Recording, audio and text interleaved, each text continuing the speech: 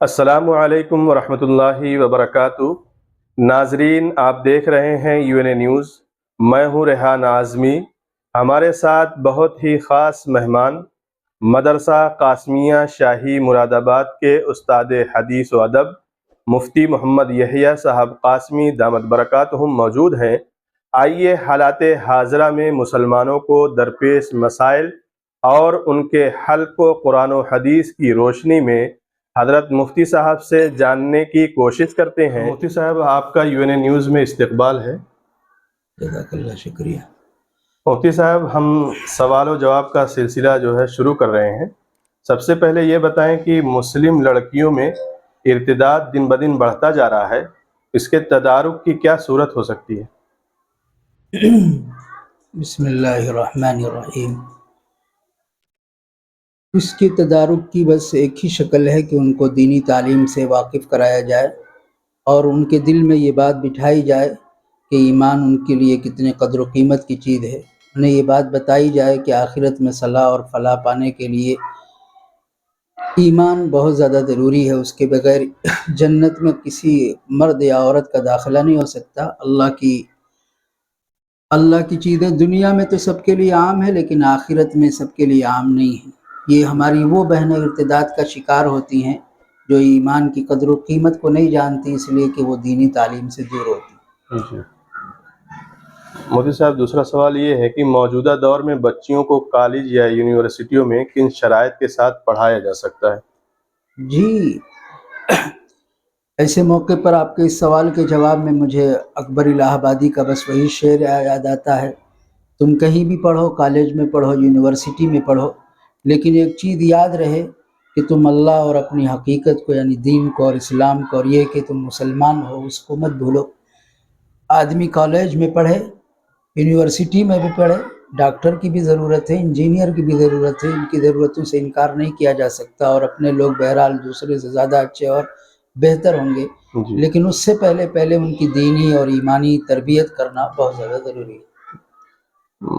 تھوڑا سا مسئلہ مسائل کے اس میں چلتے ہیں کہ موبائل پر قرآن مجید کی تلاوت بغیر وضو کے کر سکتے ہیں یا نہیں؟ جی، موبائل پر قرآن کریم کی تلاوت کی بلا وضو فقہ نے اس کی اجازت دی ہے، آپ اس کو پڑھ سکتے ہیں۔ بہت سے لوگ کہتے ہیں کہ جلسہ جلوس جو کرایا جاتا ہے اس سے قوم کا کوئی فائدہ نہیں ہوتا ہے، اس پر تھوڑا سا روشنی ڈالیں، اس میں فائدہ دیکھیے، ہوتا ہے؟ اگر فائدے سے مراد یہ ہے کہ جلسہ ہو اور انقلاب برپا ہو جائے، جی پورے قوم اور پورے معاشرے کی، پوری سوسائٹی کی ایک بیک اصلاح ہو جائے، جی تو 100% رزلٹ کہیں بھی نہیں آتا۔ خود حضور اکرم صلی اللہ علیہ وسلم سے فرمایا گیا وَمَا أَكْثَرُ النَّاسِ وَلَوْ حَرَصْتَ بِمُؤْمِنِينَ، کہ آپ لاکھ محنت کر لیں لیکن سب مومن ہو جائیں، ایسا نہیں ہوتا۔ جی اور بالکل سے فائدے سے خالی رہتا ہے، اس کا بھی انکار نہیں کیا جا سکتا۔ آپ جلسے کا فائدہ اس وقت محسوس کریں گے جب آپ جلسہ کرانے کا سلسلہ بند کر دیجئے۔ ایک مرتبہ جلسہ کرانے کا سلسلہ آپ بند کر دیجئے، پھر اس کے بعد جو واہیات خرافات سامنے آئے گی تب پتہ چلے گا کہ جلسہ کرانے کا فائدہ ہوتا تھا یا جلسہ کرانے کا فائدہ نہیں ہوتا تھا۔ ہاں، اگر اتنی بات کہی جائے تو یہ بات تسلیم کی جاتی ہے کہ جیسے اور بہت سارے طریقے ہیں، ہنگامہ کم ہوتا ہے، خرچہ کم آتا ہے اور فائدہ زیادہ ہوتا ہے، تو یہ کہا جا سکتا ہے کہ جلسہ جلوس میں ذرا ہنگامہ زیادہ ہوتا ہے، صرفہ زیادہ ہوتا ہے، اور اس کے بنسبت فائدہ ذرا کم ہوتا ہے، تو یہ بات کسی حد تک تسلیم کی جا سکتی ہے۔ آج کل ہمارے علاقے میں خاص طور سے جو لوگ پیسہ کمانے کی غرض سے پردیس یعنی سعودیہ، دبئی وغیرہ جاتے ہیں، اپنی بیویوں سے دور رہتے ہیں اور ان کے حقوق ادا بھی نہیں کرتے، تو ایسے میں ان لوگوں کی ملازمت اور پیسہ کمانا کیسا ہے؟ دیکھیے، تاریخ کی کتابوں میں لکھا ہے کہ حضرت عمر رضی اللہ تعالیٰ عنہ رات کو بھیس بدل کر کے گشت کیا کرتے تھے اور لوگوں کے احوال معلوم کیا کرتے تھے۔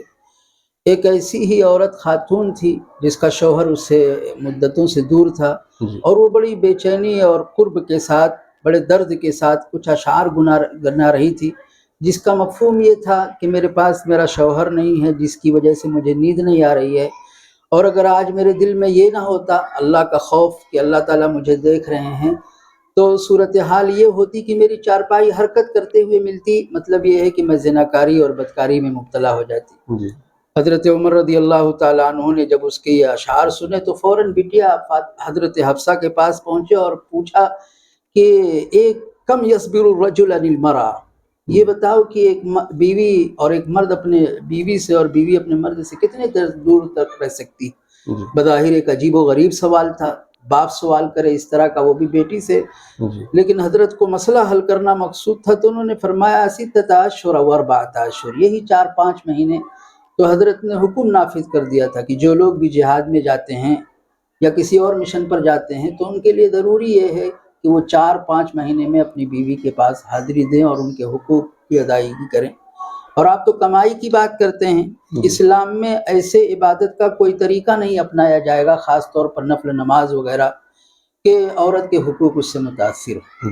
حضور کے دور میں کئی ایک صحابہ کے بارے میں شکایت کی گئی، ان کی عورتوں نے بھی شکایت کی اور آپ کو اطلاع ملی کہ بھائی یہ تو رات بھر تہجد پڑھتے ہیں اور دن بھر روزہ رکھتے ہیں. ظاہر ہے کہ جب آدمی دن میں روزہ رکھے گا اور رات میں تہجد پڑھے گا تو اسے بیوی کے پاس جانے کا کب موقع ملے گا. آپ نے فرمایا یہ طریقہ اور وظیفہ بدلو، اور تمہیں یہ یاد رہتا ہے صرف کہ اللہ کا حق ہے، تمہیں یہ نہیں معلوم رہتا وَإِنَّ لِزَوْجِكَ عَلَيْكَ حَقًّا، بیوی کا بھی حق ہے، وَإِنَّ لِعَيْنِكَ عَلَيْكَ حَقًّا، آنکھ کا بھی حق ہے، وَإِنَّ لِنَفْسِكَ عَلَيْكَ حَقًّا، وَإِنَّ لِزَوَّارِكَ عَلَيْكَ حَقًّا، کہ آپ سے جو لوگ ملاقات کرنے کے لیے آتے ہیں آخر ان کا بھی تو کوئی حق بنتا ہے، لہذا تم انہیں بھی حق بندو اور اپنی یہ روش بدلو. تو سوچنے سمجھنے کی چیز یہ ہے کہ جب اسلام میں عبادت کا ایسا طریقہ بھی نہیں اپنانا مطلوب ہے کہ کسی کے حق متاثر ہوں اور بیوی کے حقوق متاثر ہوں، تو کمائی کا ایسا طریقہ ظاہر ہے کہ اسلام اس کی اجازت نہیں دے گا کہ آپ کمائی میں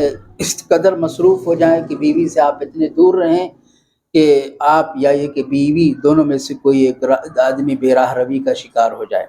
جہاں تک تعلق ہے کمائی کا، تو بہرحال کمائی تو آدمی کی اپنے محنت کی ہے، ہم اسے تو ناجائز نہیں کہا جا سکتا، لیکن یہ کہا جا سکتا ہے کہ کمائی کا یہ طریقہ نامناسب ہے، جس کی وجہ سے کسی کا حق ضائع ہو، جس کی وجہ سے آدمی کی آخرت اور عاقبت برباد ہو. مودی صاحب، آخر میں ہمارے ناظرین کو آپ کیا پیغام دینا چاہیں گے؟ اس وقت کا پیغام یہ ہے کہ دینی علم کی پہلے بھی اہمیت تھی، لیکن آج کل اس کی کہیں زیادہ اس کی اہمیت بڑھ گئی، خاص طور پر جب سے ارتداد پھیل رہا ہے اور باقاعدہ ایک مشن اور تحریک اور پلاننگ کے تحت ہماری بچیوں سے ایمان کی دولت چھینی جا رہی ہے. اس لیے ہر آدمی کو بہت متیقظ، بہت بیدار ہونا چاہیے اور بچپن ہی سے اپنے بچوں کی صحیح دینی، تعلیمی اور تربیت کرنی چاہیے. اگر بچے کے اندر عقیدہ راسخ ہوگا، عقیدہ ایک ایسی چیز ہے کہ اگر وہ چھن گیا تو آپ آخرت کی ہر دولت سے محروم ہو جائیں. اس لیے ان کی پہلے دینی تعلیم اور تربیت کی فکر کی جائے. آپ انہیں انگریزی ضرور پڑھائیں، لیکن یہ نہ بھول جائیں کہ آپ انہیں قرآن نہ پڑھائیں. آپ انہیں انگریزی پڑھائیں لیکن ایسا نہ ہو کہ اصل انگریزی ہو اور آپ کی جو دینی تعلیم ہے وہ حاشیے پر چلی جائے، وہ ثانوی درجے میں ہو. ہمارے کہنے کا مقصد یہ ہے کہ دین، قرآن، رسول یہ مقدم ہونے چاہیے اور ثانوی درجے میں اس چیز کو حاصل کرنا چاہیے. اور اس زمانہ میں اپنے تمام تر بچوں کے لیے دعاؤں کا بڑا اہتمام کرنا چاہیے اور ان کی دینی اور تربیتی اور اخلاقی ہر چیز پر پہلے سے زیادہ کہیں توجہ دینے کی ضرورت ہے. مفتی صاحب، آپ نے اپنا قیمتی وقت دیا، اس کے لیے بہت بہت جزاک شکریہ. اللہ. میں بھی آپ کا شکر گزار ہوں کہ آپ نے اظہار خیال کا موقع دیا. السلام علیکم ورحمۃ اللہ.